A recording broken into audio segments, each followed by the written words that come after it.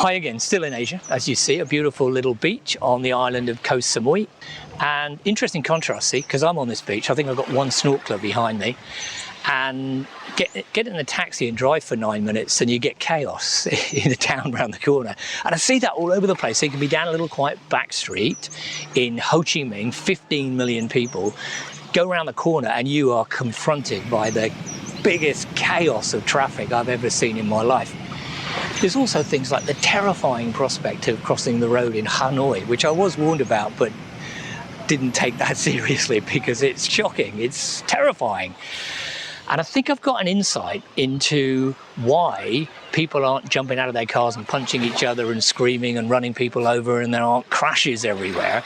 And that came when I was in the back of a tuk-tuk, a motorbike tuk-tuk, with a great guy who took me around the temples in Siam Reap for 3 days.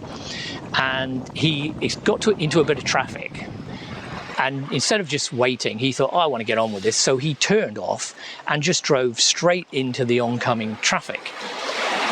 Beeped his horn.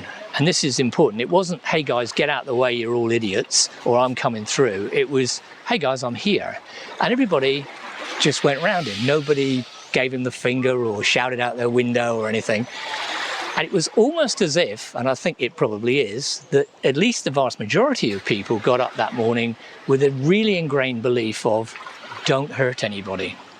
I don't have to win, I don't have to be first, I don't have to be the police, checker of all rules. Just don't hurt anybody. And that overrides everything. Otherwise, I think you'd see carnage in these places.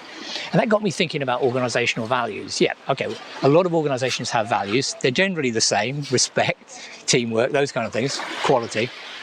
But the crucial thing is, yeah, how ingrained are they in the organisation? But I think the most important thing is, how ingrained are they in the individuals within the organisation?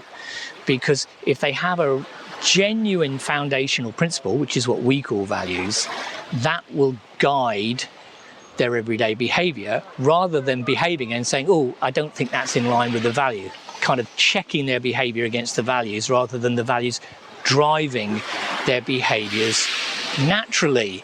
And that's what we do with athletes, of course. We get them to change their beliefs so that their behaviour and their performance happens in a free flow way, that's not easy, and to align with the beliefs that they've ingrained. So probably some more work to do on this, but I'll be interested to hear your thoughts. One thing I would say, it's not true with everything. It's certainly not true, for instance, with beliefs around whether it's okay to drop litter in the road.